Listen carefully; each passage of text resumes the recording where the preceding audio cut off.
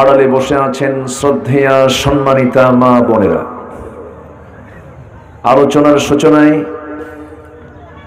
আনুষ্ঠানিকতার মধ্য দিয়ে আমার পক্ষ থেকে আবারও দিল খোলা সালাম, আসসালামু আলাইকুম ওয়া রাহমাতুল্লাহি ওয়া বারাকাতুহু। আল্লাহ তাআলার অশেষ শুকর যে মহান আল্লাহ সুবহানাহু ওয়া তাআলা আমাকে আপনাকে এমন সুন্দর একটা আয়োজনে, সুন্দর এই গধূলি বেলা মিষ্টি বিকেলে এমন সুন্দর পরিবেশে বসার তৌফিক দিয়েছেন। শুকর আদায় করছি, বলছি আলহামদুলিল্লাহ। সম্মানিত হাজিরিন, সময় খুবই অল্প। এই প্রোগ্রামটি খুব অল্প সময় আমার নেয়া, মাত্র 3 থেকে 4 দিন আগে আমাকে বলা হলো আমার মূল প্রোগ্রাম আজকে মূলত হচ্ছে নোয়াখালীতে। তো আমি সেখানেই যাওয়ার পথে আমাকে বলা হলো আমার আনোয়ার ভাই, আমার অত্যন্ত কাছের মানুষ, আমি তারালিয়াতে পরপর 5টা বছর আমি আসি। তো আমার অত্যন্ত কাছের, আমার খুব প্রিয় ভাই, আমার আনোয়ার ভাই, উনি আমাকে বললেন যে আপনি জাস্ট একটু যাওয়ার পথে এই পুকুর পাড়ে এসে একটু সাক্ষাৎ করে যাবেন। আমি যে আসছি, খুশি হয়েছেন তো নাকি?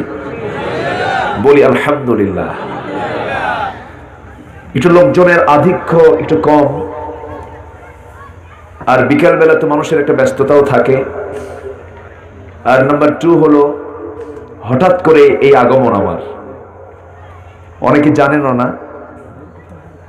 যাই হোক, এরপরেও ইন্নী দাআউতু কওমি লাইলান ওয়া নাহারা, নূহ আলাইহিস সালাতু ওয়াস সালাম তিনি দাওয়াতি কাজ করেছেন 900 বছর। কত বছর? 900 বছর। তার কালিমার দাওয়াতি কাজে ইসলাম কবুল করেছে মাত্র 80 জন। কতজন? 80 জন। তা আল্লাহর নবীর দাওয়াত কি ব্যর্থ ছিল না সফল ছিল? সফল।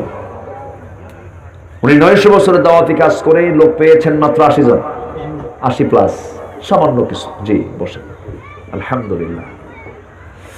তো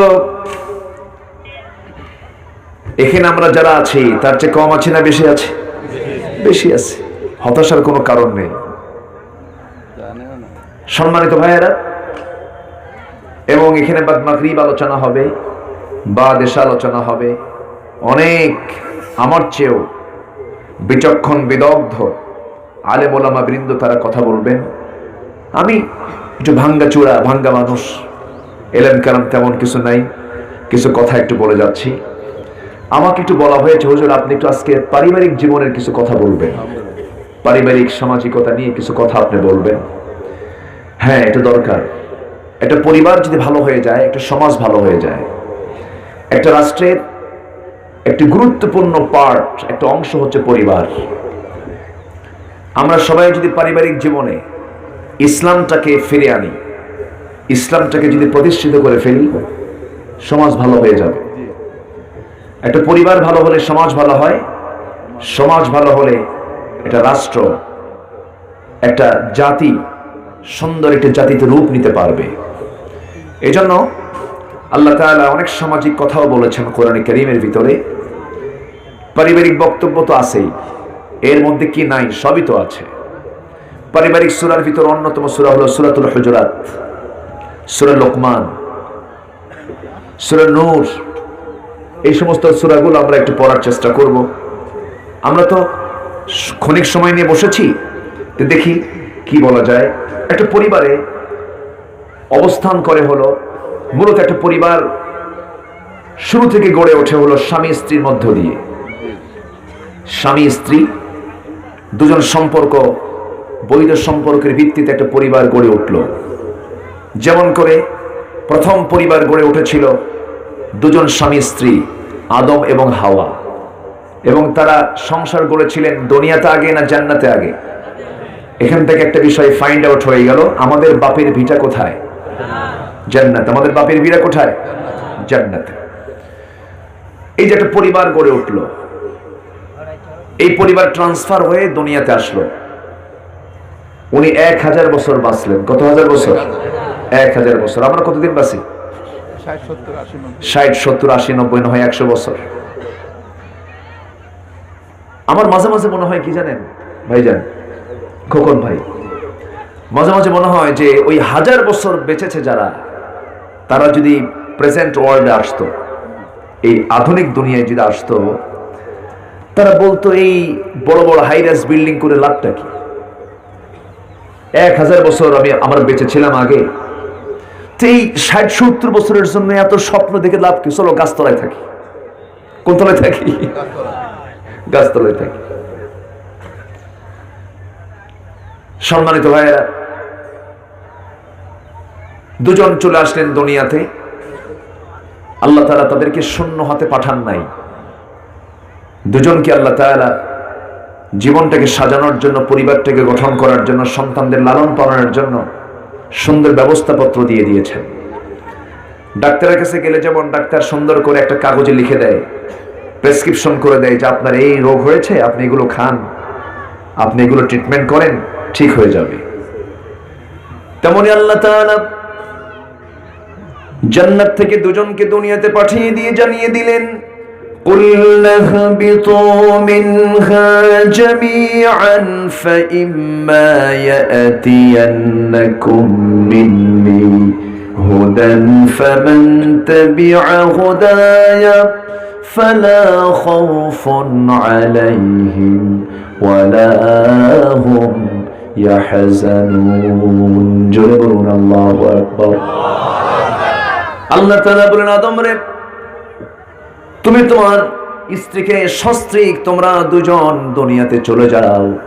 আমার পক্ষ থেকে যে হেদায়েতের কিতাব যাবে, এই কিতাবের যারা ইত্তেমা করবে, ফলো করবে, মেনে চলবে, তাদের কোনো চিন্তা নাই, তাদের কোনো বিন্দু পরিমাণ ভয়ের কারণ নাই। আল্লাহ তাআলা তাকে আশার বাণী শুনিয়ে দিলেন। চলে আসলেন দুনিয়াতে। আল্লাহ তাআলার সাথে সাথে তাকে আসমানি কিতাব দিয়ে দিলেন। পৃথিবীর প্রথম মানুষ কিতাব ছাড়া না কিতাবওয়ালা? পৃথিবীর প্রথম মানুষটাই কি মূর্খ না শিক্ষিত? বলেন বলেন বলেন। পৃথিবীর প্রথম মানুষ কি সাধারণ মানুষ না অসাধারণ মানুষ? পৃথিবীর প্রথম মানুষ কি সাধারণ মানুষ না একজন বিজ্ঞানী? পৃথিবীর প্রথম মানুষ কি একজন সাধারণ জ্ঞানী না মহাজ্ঞানী? মহাজ্ঞানী। ওয়াল্লামা আদামাল আসমাআ কুল্লাহা। আল্লাহ তাআলা আদম আলাইহিস সালাতু ওয়াস সালামকে পৃথিবীর সকল কিছুর নামের শিক্ষা দিয়েছেন।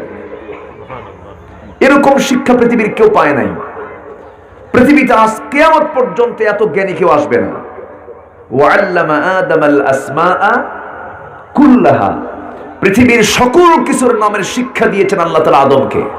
পৃথিবীর সকল কিছুর নাম কি মানুষ জানে? বলেন, জানে? এখন পর্যন্ত কেউ জানে? কেউ কারো পক্ষে কি জানা সম্ভব? সম্ভব না। অতএব পৃথিবীর প্রথম মানুষ আমাদের আব্বাজান ছিলেন সবচেয়ে জ্ঞানী মানুষ। সেই জ্ঞানী পিতার সন্তান হচ্ছে আমরা। আমরা মূর্খ থাকবো না জ্ঞানী হব? আমরা কি অচেতন থাকবো না চেতন হব? আমরা কি অবহেলা করব না সচেতন হব? সচেতন হব। আমাদেরকে আল্লাহ তাআলা প্রথম বলছেন, তুমি আগে জানো, তুমি আগে পড়ো, তুমি আগে শিখো। কারণ শিক্ষিত মানুষকে ঠকানো যায় না, শিক্ষিত মানুষকে হারানো যায় না। জ্ঞান যার থাকবে তাকে কেউ ঠকাতে পারবে না। আলহামদুলিল্লাহ বলেন। জ্ঞান অর্জনে নেতৃত্ব পাওয়া যায়, কিন্তু এখন কি সমাজের চিত্র এমন? এখন কি নেতৃত্ব অর্জন করার জন্য কি জ্ঞান লাগে না চাপা লাগে? চাপা লাগে, প্রভাব লাগে, প্রতিপত্তি লাগে। কিন্তু ইসলামে আপনি যদি নেতৃত্ব পেতে চান, জ্ঞানের দরকার আছে না নাই? আচ্ছা, জ্ঞান, ইলম এবং আমল, ইলম এবং আমল দুটাই লাগবে। আমার ভাইরা, আমি শুরুতে সূরা নিসার একটা আয়াত, দুটো আয়াত আমি তেলাওয়াত করেছি। আল্লাহ তাআলা এখানে ইমানদারদেরকে, বান্দাকে ডাক দিয়ে কিছু কাজের হুকুম করেছেন, কিছু কাজ দিয়েছেন, এবং যে কাজগুলো দিয়েছেন সে কাজগুলোর মধ্যে আল্লাহর হক আছে, পিতামাতার হক আছে এবং বান্দার হক আছে। এখানে আমি কয়টা হকের কথা বললাম বলেন তো? 3টা হক। 1 নম্বর কার হক? নাম্বার 2 পিতা মাতার। নাম্বার 3 বান্দার হক। তাহলে কয়টা হক হলো? 3টা হকের কথাই এই আয়াত আল্লাহ পাক তুলে ধরেছেন। সুবহানাল্লাহ বলি। হক যদি কেউ লঙ্ঘন করে, আল্লাহর হক আল্লাহ মাফ করতে পারেন। আল্লাহ তাআলা যদি আমাকে মাফ করেন, পৃথিবীর কারো কাছে কৈফিয়ত দেওয়া লাগবে না।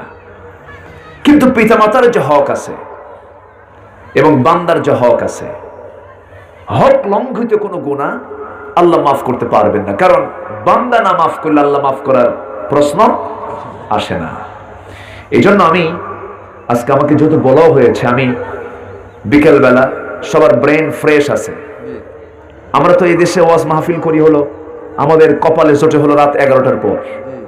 ঘুমন্ত জাতির সামনে ঘুম পাড়া ওয়াজ করতে হয়। ম্যাক্সিমাম মাহফিলগুলো আমাদের, মানে আমাদের কপালে এমন টাইম জোটে যে সময় মানুষ চলে যায়। কিন্তু আজকে একটা যেহেতু সুন্দর পারফেক্ট একটা টাইম পেয়েছি, আমরা খুব চেষ্টা চালাচ্ছি সবাই মিলে যে আমরা টাইম সিলেকশনটা করব গোটা দেশে, যেন মাহফিল, সব মাহফিলগুলো যেন সর্বোচ্চ 10টা থেকে 10:30টার মধ্যে শেষ হয়ে যায়। এরকম হলে কেমন হয়? ভালো হয়, উত্তম এটা।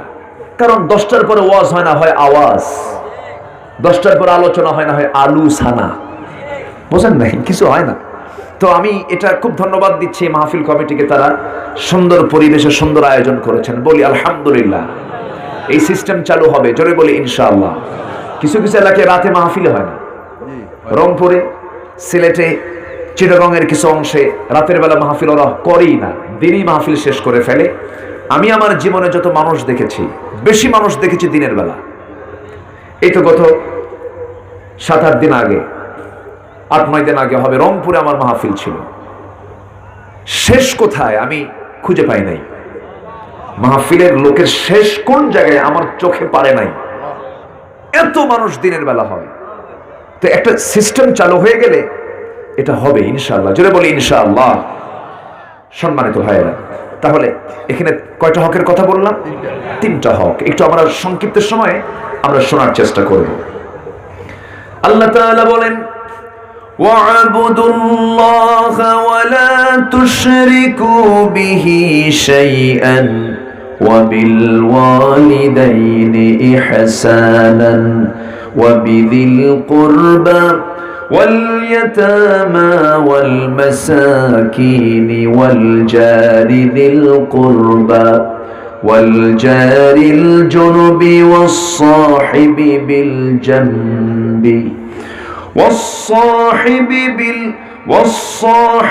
بالجنب وابن السبيل وما ملكت أيمانكم إن الله لا يحب من كان مختالا فخورا।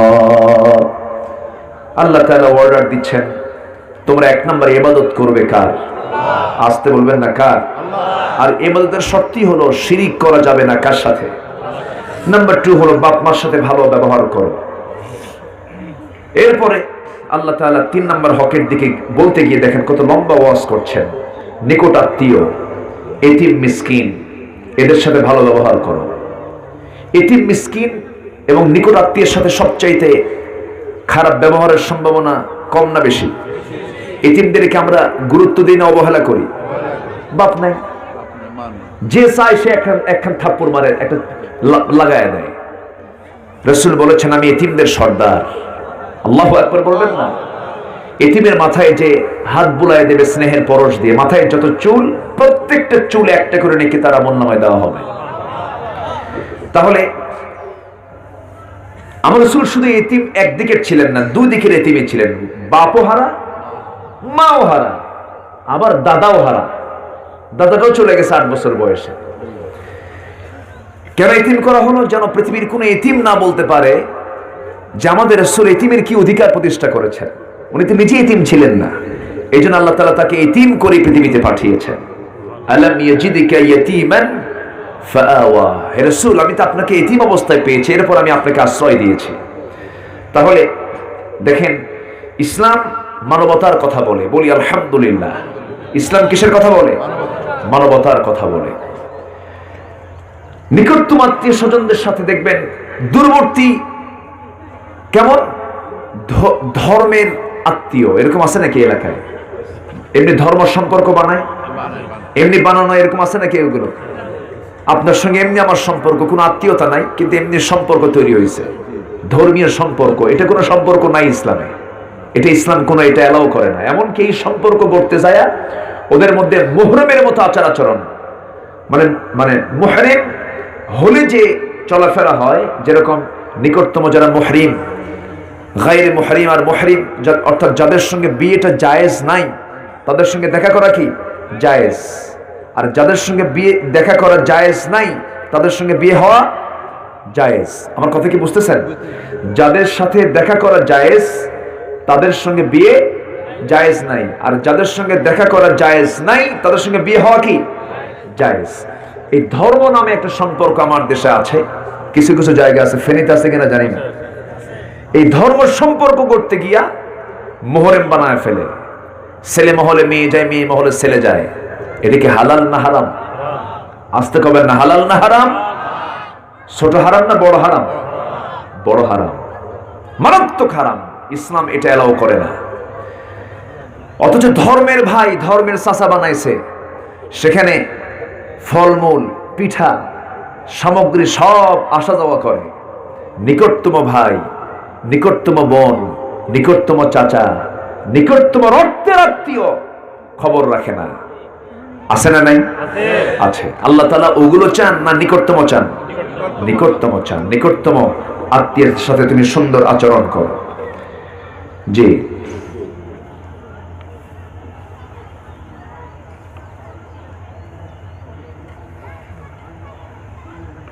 এত ওয়াজ করতে গেলে তো 5 দিন লাগবে, যে সাবজেক্ট আমাকে দেওয়া হয়েছে। আচ্ছা আচ্ছা, এরপরে আল্লাহ তাআলা বলছেন এরপরে কি করবে?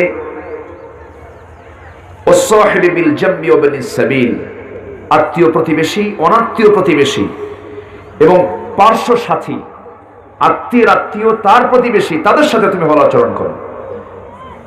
ওয়া বিনিস সাবিল, এবং মুসাফির যারা, পথিক যারা, তাদেরও তোমরা হক আদায় করো। আচ্ছা,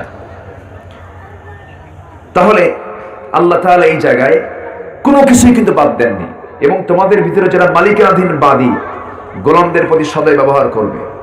আল্লাহ তাআলা 3টা কাজ করলে ডাবল পুরস্কার দিবেন। যে ব্যক্তি তার অধীনস্থকে মূল্যায়ন করবে, অধীনস্থকে মূল্যায়ন করে